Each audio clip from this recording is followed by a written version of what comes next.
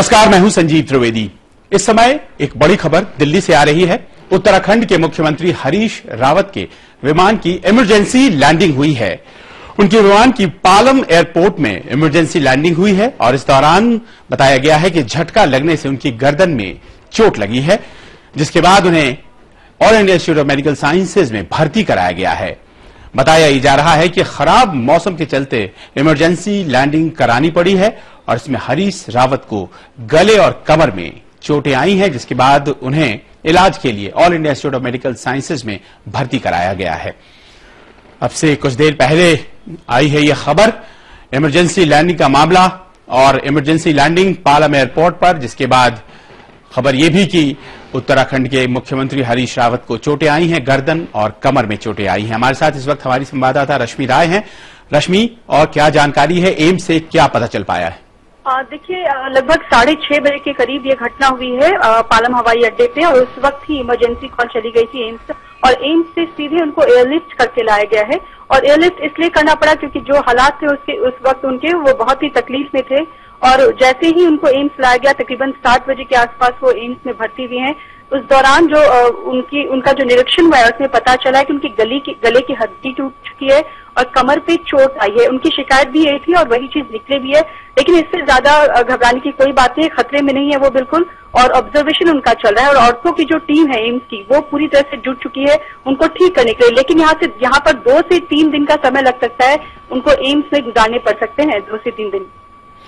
आप बता रही हैं कि गले में जो चोट आई है वो अपने आप में बहुत ज्यादा खतरनाक नहीं है, लेकिन किस तरह की चोट आई है और क्या केवल 3 या 4 दिनों में वो स्वस्थ हो पाएंगे?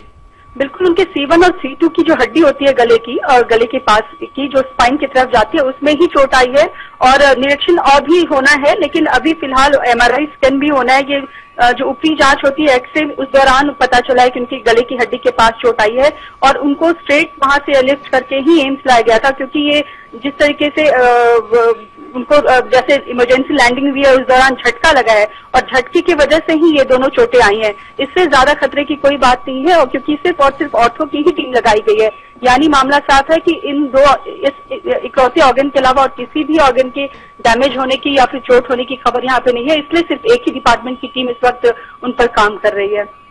शुक्रिया रश्मि, शुक्रिया। और ये अपने आप में एक राहत की बात कि केवल ऑर्थो डिपार्टमेंट की टीम लगी हुई है। बहुत ज्यादा खतरनाक ये हादसा नहीं। हाँ, ये जरूर है कि गर्दन और कमर में चोटें आई हैं, लेकिन जैसा कि हमारी संवाददाता बता रही हैं, अगले 3-4 दिनों में उन्हें कुछ राहत हो सकती है। एक बड़ा खतरा टल गया। आज इमरजेंसी लैंडिंग पालम एयरपोर्ट पर उत्तराखंड के मुख्यमंत्री हरीश रावत की, और झटके से उन्हें जो चोटें आई हैं वो कमर और गर्दन में, और इस वक्त उपचार चल रहा है all India institute of medical sciences में। चलिए अब करें उन खबरों की शुरुआत जो सीधे तौर पर आपको प्रभावित कर रही हैं, और सबसे पहली खबर आज आपको हम बताना चाहेंगे कि सालाना अगर आप 5 लाख रुपए कमाते हैं तो आने वाले दिनों में आपको एक बड़ी राहत मिल सकती है। केंद्र सरकार आयकर छूट की सीमा 2 लाख से बढ़ाकर 5 लाख रुपए तक करने की योजना बना रही है। बजट सत्र शुरू होने वाला है जुलाई के पहले सप्ताह में, और ये फैसला सामने आ सकता है। यही नहीं, होम लोन और स्वास्थ्य बीमा, हेल्थ इंश्योरेंस के क्षेत्र में भी आपको अच्छी खबर सुनने को मिल सकती है। और जो एग्जेम्पशन लिमिट होती है, चाहे वो बात होम लोन की हो या फिर हेल्थ इंश्योरेंस की है, दोनों में एग्जेम्पशन लिमिट को बढ़ाया जा सकता है, और ओवरऑल एग्जेम्पशन लिमिट जो फिलहाल 2 लाख रुपए है उसे बढ़ाकर 5 लाख रुपए किया जा सकता है। और ये खुशखबरी आने वाले दिनों में वित्त मंत्री हमें दे सकते हैं। इनकम टैक्स डिपार्टमेंट से रिपोर्ट मंगाई गई है वित्त मंत्रालय के द्वारा, और आने वाले दिनों में यह खबर हमें मिल सकती है। बजट सत्र में जब बजट पेश किया जाएगा उस वक्त यह जानकारी हम तक पहुंच सकती है। और अब वो खबर जो डराएगी, क्योंकि आपने एक खबर अच्छी सुनी है तो एक जरा डराने वाली खबर भी आपको बताते हैं। कम मानसून और सूखे की आशंका है, लेकिन इसे परेशान नहीं है, और इस बात को देखते हुए कि कम मानसून आ सकता है, महंगाई पर प्रभाव पड़ सकता है और बढ़ सकती है महंगाई, तो कैबिनेट ने एक्शन प्लान तैयार कर लिया है और इसीलिए यहां पर कहा यह जा सकता है कि आने वाले दिनों की तैयारियां मोदी सरकार लगातार करती चली जा रही है। किसानों को फौरन राहत देने की कोशिश की गई है एक्शन प्लान के जरिए और सरकार ने तय किया है कि अगर मानसून खराब होता है तो महंगाई से लड़ने के लिए सरकार तुरंत चीनी और प्याज के निर्यात पर रोक लगा देगी। ये फैसला है मोदी सरकार का और कहें कि इसके अलावा मोदी प्लान के तहत मानसून खराब अगर होता है तो किसानों को डीजल पर कैश सब्सिडी दी जाएगी ताकि सिंचाई की जो व्यवस्था है वो प्रभावित नहीं होने पाए। ये तमाम ऐसी बातें हैं जो इस बात की आशंका के मद्देनजर की जा रही हैं कि आने वाले दिनों में पिछले 10 सालों में जो लगातार मानसून बेहतर रहा है, अगर वो इस बार खराब होता है जैसी कि आशंका बताई जा रही है, एल नीनो इफेक्ट बताया जा रहा है, तो उस वक्त क्या किया जाएगा उसका एक एक्शन प्लान मोदी सरकार ने तैयार किया है जिसमें कि ये दो बातें आपको हमें बतानी थी। लेकिन इसके अलावा आपको हम बताएं कि आज एक ऐसी खबर आई जम्मू कश्मीर से जिसने वो रिश्तों की डोर जो बनने लगी थी भारत और पाकिस्तान के बीच फिर से उसे तार तार कर दिया, टूट गया वो डोर ऐसा लगने लगा। लेकिन आखिरकार सच्चाई क्या है, क्योंकि आने वाले दिनों में पता चलेगा कि अगर पूंछ सेक्टर में आज गोलाबारी हुई है, अगर फायरिंग हुई है, तो फिर सूत्रधार कौन है। रक्षा मंत्री अरुण जेटली की जम्मू कश्मीर यात्रा कल है। एक दिन पहले पाकिस्तान ने एक बार फिर से सीज फायर का उल्लंघन कर दिया। राजौरी, पूंछ और मेंढर सेक्टर्स में एलओसी पर पाकिस्तानी सेना की तरफ से शुक्रवार सुबह से कई बार फायरिंग की गई, मोर्टार सेल्स गिराए गए और इस फायरिंग में भारत का एक जवान शहीद हो गया और बताया यह भी गया है कि कम से कम 3 जवान घायल हुए हैं भारतीय सेना के। हालांकि भारतीय सुरक्षा बलों ने भी पाकिस्तानी सैनिकों की गुस्ताखी का माकूल जवाब दिया, लेकिन सीज फायर उल्लंघन पाकिस्तान की तरफ से और ये फायरिंग उस वक्त हुई है जब प्रधानमंत्री ने नवाज शरीफ को आज चिट्ठी लिखकर एक साथ काम करने की उम्मीद जताई है। गौरतलब यह है कि नवाज शरीफ से मुलाकात के दौरान प्रधानमंत्री नरेंद्र मोदी ने कहा था कि धमाकों की आवाज में बातचीत दब जाती है और उसके बाद नवाज शरीफ जब पहुंचे पाकिस्तान, शपथ ग्रहण समारोह नरेंद्र मोदी का अटेंड करने के बाद उन्होंने एक चिट्ठी लिखी थी और कहा था कि उन्हें बड़ा आनंद आया और उसकी जवाबी चिट्ठी के तौर पर आज ये चिट्ठी लिखी गई है। लेकिन इस बीच ये गोलीबारी की घटना मेंधार, राजौरी और पूंछ सेक्टर से सीमा पार से पाकिस्तान की ओर से गोलाबारी के बाद थल सेना प्रमुख जनरल विक्रम सिंह ने प्रधानमंत्री नरेंद्र मोदी से आज मुलाकात की और सेना की तैयारियों और सीमा पर हालात की उन्हें जानकारी दी। इसके अलावा आपको यह भी बताएं कि उन्होंने चीन सीमा, आंतरिक सुरक्षा और पूर्वोत्तर के हालात पर भी प्रधानमंत्री को तफसील से जानकारी दी। यह पहली मुलाकात सेना अध्यक्ष और प्रधानमंत्री की थी और इस मौके पर रक्षा मंत्री अरुण जेटली और राष्ट्रीय सुरक्षा सलाहकार अजीत डोभाल भी मौजूद थे। इसके पहले प्रधानमंत्री director general military operation DGMO खुद चले गए और एलओसी के हालात की उन्होंने जानकारी ली। डीजीएमओ से सैटेलाइट और हॉटलाइन के जरिए सारी सीमाएं जुड़ी होती हैं और यहां से युद्ध के दौरान सारा कंट्रोल रखा जाता है। एक तरह से डीजीएमओ कंट्रोल रूम होता है और लोगों को सुखद आश्चर्य हुआ जो डीजीएमओ में हैं जब प्रधानमंत्री खुद डीजीएमओ पहुंच गए और वहां उन्होंने दफ्तर में किस तरह से काम होता है उसकी जानकारी ली। सरकार का लगातार यह कहना है कि वो सीमा और एलओसी पर शांति की पक्षधर है और वो चाहती है कि द्विपक्षीय संबंध शांतिपूर्ण बने रहे, लेकिन बावजूद इसके अगर ये घटनाएं हो रही हैं तो फिर भारत सरकार का यह भी कहना है कि शांति तभी हो सकती है जब गोलाबारी न हो, जब इस तरह से सीज फायर का उल्लंघन न हो और जब पाकिस्तान की जमीन भारत के खिलाफ इस तरह की कार्रवाइयों के लिए इस्तेमाल में न हो। और ये बातें आज फिर से दोबारा दोहराई गई हैं भारतीय पक्ष के द्वारा। All aware that the maintenance of peace and tranquility on the line of control is one of the most important confidence building measures between India and Pakistan. That remains the case and will always remain the case. यह स्पष्ट करने के पीछे दरअसल वजह यह बताई जा रही है कि आखिरकार अगर सारी और शॉल डिप्लोमेसी एक तरफ चल रही है तो दूसरी तरफ से यह सीज फायर का उल्लंघन कैसा।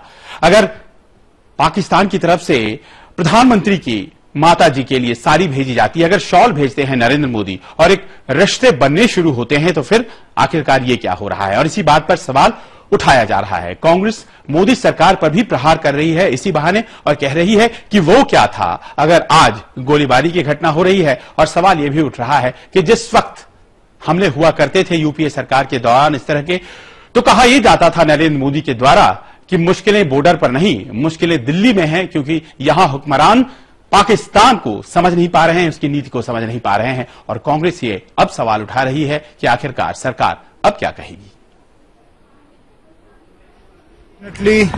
Are not a new phenomenon. They have regularly occurred both along the international border but more so along the line of control. To what extent this is an effort to test the resolve of the new government, to what extent this is timed primarily because the new Union Defence Minister is visiting Jammu and Kashmir tomorrow. हमारी जब सरकार थी तो बहुत आफत हमारी किए रहते थे सीज फायर को उल्लंघन पे, हमसे कहते थे कि पाकिस्तान की तरफ देखो भी मत, उनकी तरफ जो है निगाह तक न डालो। और अब जो है बिल्कुल चुप हैं। और इस तरह के जिन्होंने वादे किए कि सारा आतंकवाद खत्म कर देंगे, पाकिस्तान को सबक सिखा देंगे, चीन से जो है उसके कब्जा की जमीन वापस ले लेंगे, सब चुनाव में उन्होंने वादे किए तो सब चीन से जमीन भी वापस लें, पाकिस्तान से सीज फायर भी बंद कराएं। एजेंडा दिया जा रहा है विपक्ष की तरफ से सरकार के लिए। और आखिरकार दोनों देशों के बीच अगर रिश्ते की नई डोर है और इस तरह की घटनाएं घट जाती हैं तो फिर जाहिर तौर पर विपक्ष को मौका मिलता है और विपक्ष इस मौके का पूर्णतः लाभ उठाती हुई विपक्ष को और भी मौके मिल रहे हैं। क्योंकि हालात अगर बॉर्डर पर बहुत माकूल नहीं है तो फिर इस तरफ दिल्ली में भी कुछ वैसे आरोप में मंत्री घिर रहे हैं नरेंद्र मोदी सरकार के जिसकी अपेक्षा नहीं थी। बलात्कार के आरोपों में घिरे केंद्रीय उर्वरक और रसायन राज्य मंत्री निहाल चंद, उन्होंने आज प्रधानमंत्री से मिलकर अपनी सफाई दी। हालांकि यह साफ नहीं हो पाया है कि इस मुलाकात में प्रधानमंत्री ने उनसे क्या कहा। उधर उत्तर पूर्व मामलों के मंत्री जनरल वीके सिंह के खिलाफ भी कांग्रेस ने मोर्चा खोल रखा है। पार्टी दोनों मंत्रियों से इस्तीफे की मांग कर रही है, क्योंकि आपको याद होगा एक ट्वीट किया था जनरल वीके सिंह ने और कहा था कि सेना में अगर क्रिमिनल्स हैं तो फिर उनकी बात नहीं सुनी जा सकती है। जनरल सुहग पर हमला, और कहा यही जा रहा है जनरल सुहग अगले होने वाले आर्मी चीफ हैं और सेना के बारे में इस तरह की बातें अगर कही जा रही हैं तो ये उचित नहीं है। और इन दोनों मंत्रियों के ऊपर आखिरकार कांग्रेस को निशाना जब साधने का मौका मिला तो देखिए उसने क्या कहा। कांग्रेस ने निहाल चंद और जनरल वीके सिंह को फौरन मंत्री पद से हटाने की मांग कर दी है। निहाल चंद और जनरल वीके सिंह, दो मंत्रियों का आप आज की तारीख में इस्तीफा मांग रहे हैं मोदी से। उन पर बलात्कार का आरोप है, वो सरकार में है। राजस्थान में भी भारतीय जनता पार्टी की सरकार है जो जांच को प्रभावित कर सकती है। इसलिए निश्चित रूप से प्रधानमंत्री ने इन दोनों मंत्रियों का त्यागपत्र देना चाहिए। यह भी कहा जा रहा है कांग्रेस की तरफ से कि अगर तुरंत कार्रवाई नहीं की जाती है इन दोनों मंत्रियों के खिलाफ तो फिर आने वाले बजट सत्र में हम दिखाएंगे कि किस तरह से हमारा विरोध होगा और याद दिलाएंगे कि आप शुचिता की बात किया करते थे तो फिर ऐसे मंत्रियों को आप अपने मंत्रिमंडल में कैसे रख सकते हैं। और अब वो खबर जो आपको आश्चर्य में डालेगी कि आखिरकार इस तरह से चीजें अगर हो रही हैं तो फिर क्या ये उचित है या फिर इसके पीछे राजनीति है। एनजीओ आंदोलन हमारे देश में, नॉन गवर्नमेंटल ऑर्गेनाइजेशंस का, और ये एक रिपोर्ट के जरिए सामने आई है बात, आईबी की रिपोर्ट है जिसमें कि कहा यह गया है कि एनजीओ संगठन दरअसल हमारे देश में विकास की गति को रोकना चाहते हैं, इसके लिए भी वो काम करते हैं। और जाहिर तौर पर जब सरकार इन पर नकेल कसने की तैयारी में है तो इसकी आलोचना हो रही है। दरअसल पीएमओ को एक खुफिया विभाग की रिपोर्ट भेजी गई है जिसमें कई गैर सरकारी संगठनों को मानवाधिकार के नाम पर बड़ी चालाकी से धन दिया गया है, ये कहा गया है। और रिपोर्ट में यह भी कहा गया है कि इन पैसों का इस्तेमाल ज्यादातर कोयला, बॉक्साइट खनन, तेल उत्खनन, परमाणु संयंत्रों और नदियों को जोड़ने से जुड़ी विकास परियोजनाओं के खिलाफ प्रदर्शनों को हवा देने के लिए किया जाता है। और इन सब के विरोध में आज एनजीओ ने दिल्ली में प्रेस कॉन्फ्रेंस की और उन्होंने कहा कि यह रिपोर्ट दरअसल डराने और धमकाने की कोशिश है और इस तरह की बातें गुजरात में पहले से सुनी गई थी और अब उसी तरह की बात कही जा रही है। आईबी की रिपोर्ट को खारिज किया गया है जो प्रधानमंत्री कार्यालय को दिया गया है। उनका यह भी कहना है कि दरअसल सारा पैसा जो हमारे पास आता है वो सरकारी चैनल से आता है और इसीलिए यह कहना कि हम विकास कार्यों में रोड़ा अटकाते हैं बिल्कुल गलत है। It's a cock and bull story based on false, baseless allegations. और ये अगर कहानी है एनजीओज की, तो फिर विरोध और भी जगहों से हो रहा है सरकार का, और उसमें सबसे आगे कांग्रेस अध्यक्ष सोनिया गांधी आज अपने चुनाव क्षेत्र रायबरेली गई, और पूरा मामला जो था वो आखिरकार चुनाव के बाद जो हुई है हार, और हार के बाद पहुंची है सोनिया गांधी, तो कैसे वापस कांग्रेस अपने आप को फिर से उस स्थिति में लाएगी जिस स्थिति में वो पहले हुआ करती थी, ये जताने और बताने की कोशिश सोनिया गांधी ने अपनी इस पहली यात्रा में की है। रायबरेली पहुंची और उन्होंने कहा कांग्रेस तब तक चैन से नहीं बैठेगी, वो खुद तब तक चैन से नहीं बैठेंगी जब तक कांग्रेस को वो सारे बातें, वो सारा रसूख वापस नहीं मिल जाता है जो साल 2014 के चुनाव के पहले कांग्रेस को प्राप्त था। यानी कि आने वाले दिनों में जो फाइट बैक होने वाला है उसमें सोनिया गांधी अग्रणी भूमिका निभाएंगी। रायबरेली से यही खबर। एक विराम ले लेते हैं क्योंकि आगे आपको दिखाना है कि अगर फीफा में किस तरह से आयोजन हुआ है ये देखने के लिए गोवा के विधायक जाना चाहते थे, तो फिर क्यों कैंसिल हो गया ट्रिप। एक विराम।